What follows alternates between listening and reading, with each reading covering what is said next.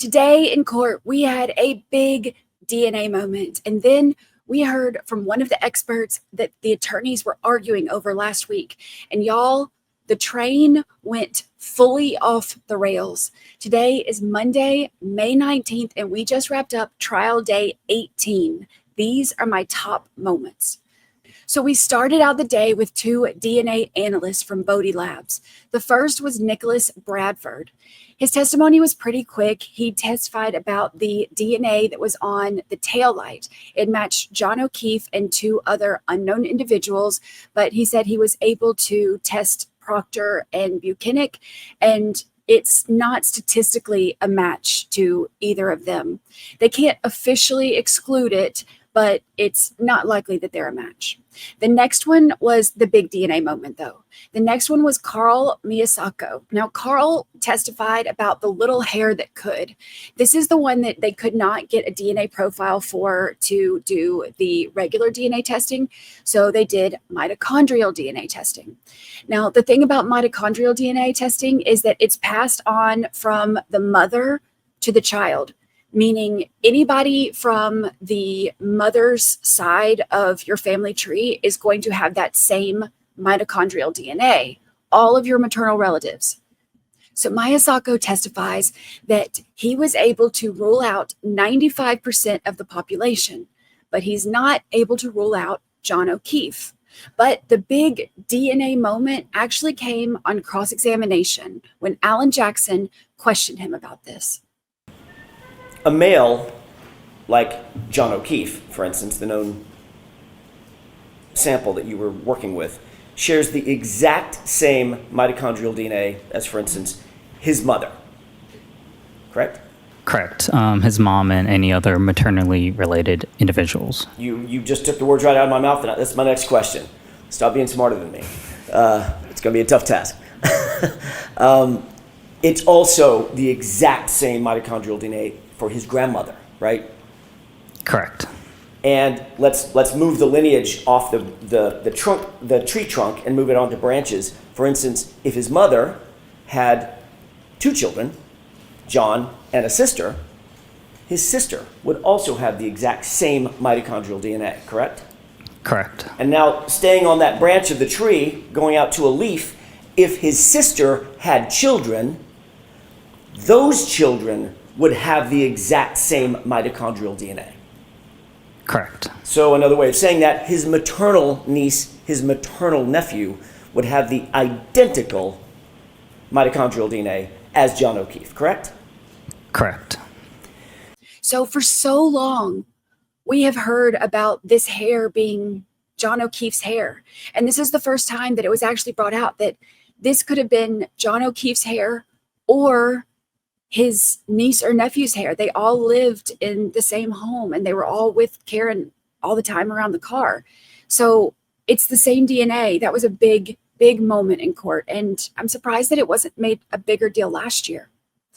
But the biggest witness of the day was our third and final witness of the day, Shannon Burgess from Aperture. He is a digital forensics examiner. And Aperture is a national forensics company that has all kinds of expert witnesses and examiners, anything forensic that you use in trial, basically. They have all kinds of experts that you can find to come testify.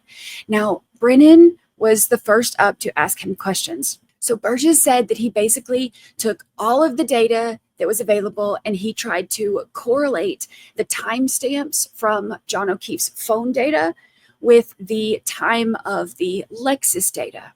Now, after he did all that, he did a PowerPoint and he said that his opinion is that the first power on event for the SUV was at 12:36 a.m. So this would be when Karen Reed was leaving the bar.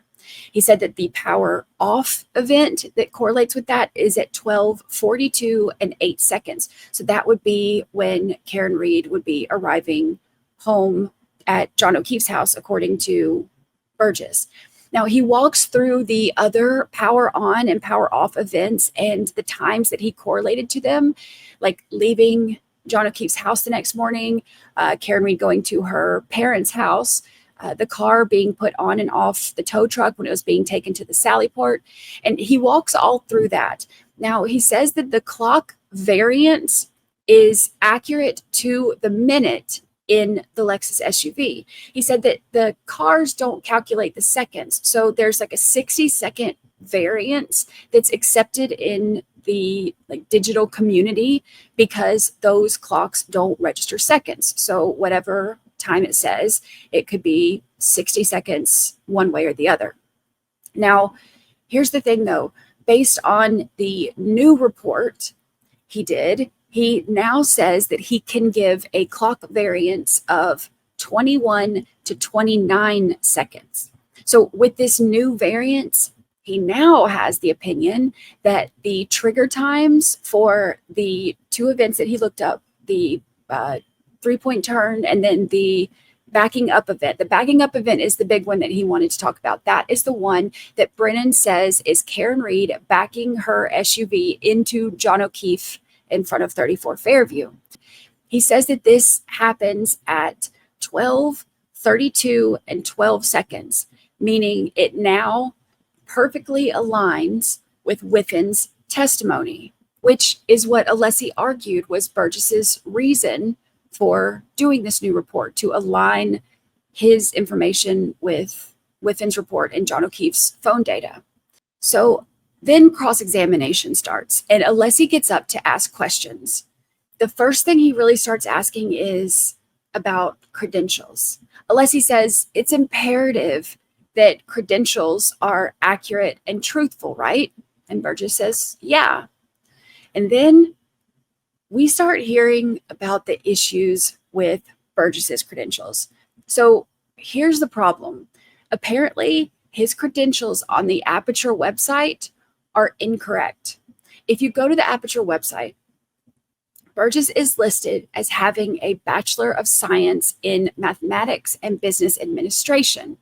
Now, he provided the court with a CV, which is basically like a extended resume for experts.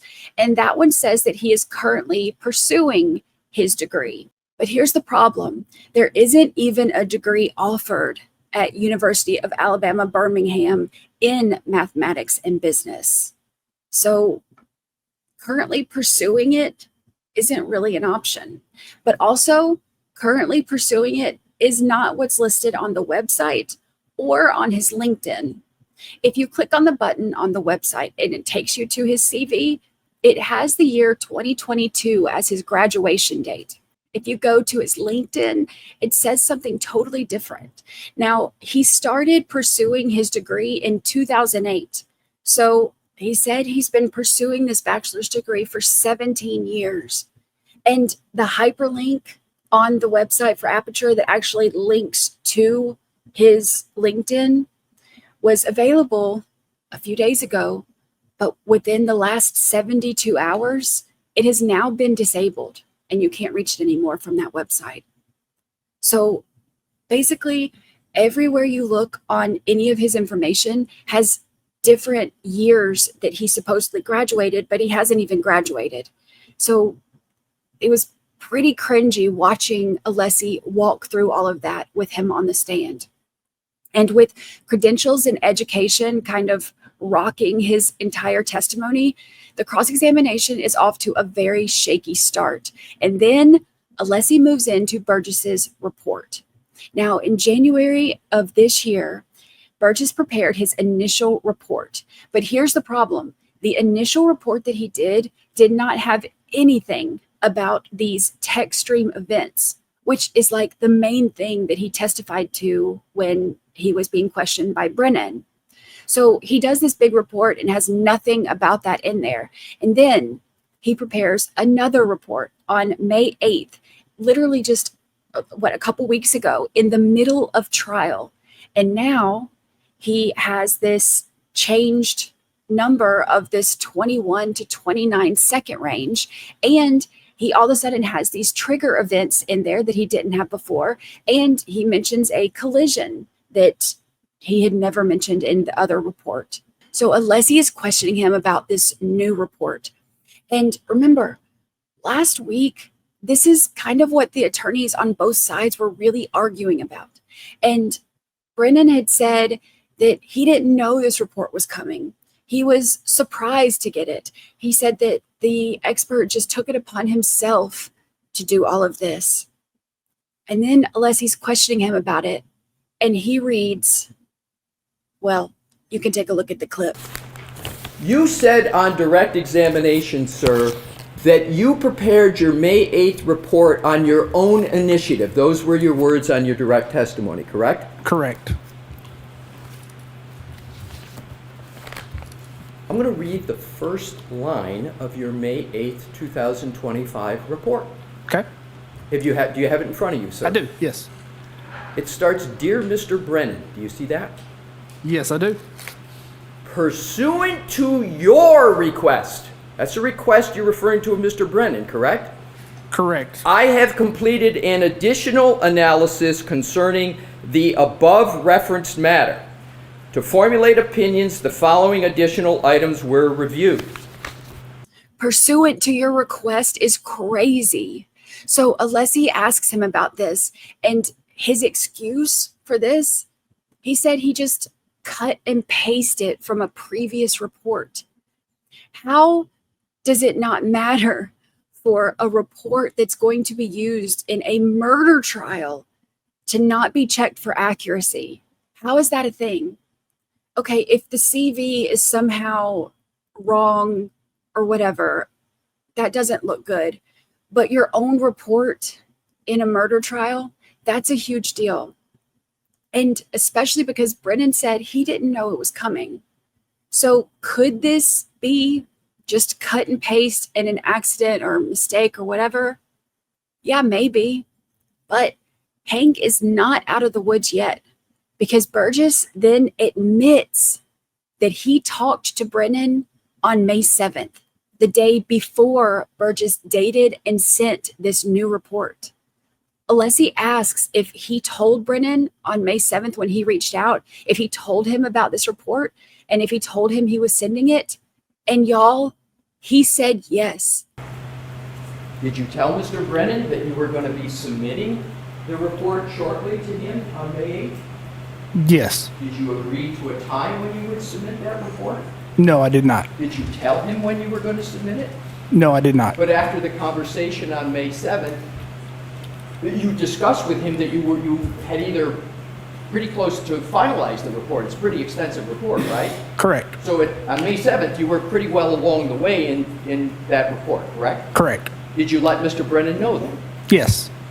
So all of that stuff that Brennan said last week in court about how he didn't know this report was coming and he was surprised and he just got it on May 8th and then sent it to the defense.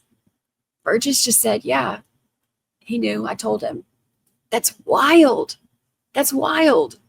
And he also said that Dr. Welcher, who is the other expert who is from Aperture that's going to be testifying probably later this week or early next week, he also knew that he was working on this new report in the middle of trial, and he knew what was in it. Now, keep in mind, all of the stuff that Dr. Welcher did was all the stuff that had to do with these trigger events. This guy's report had nothing to do with trigger events. So now he's including all of this stuff from Dr. Welcher's stuff in his, and it's trying to make it all work. How is that even a thing? And this was done literally in the middle of trial.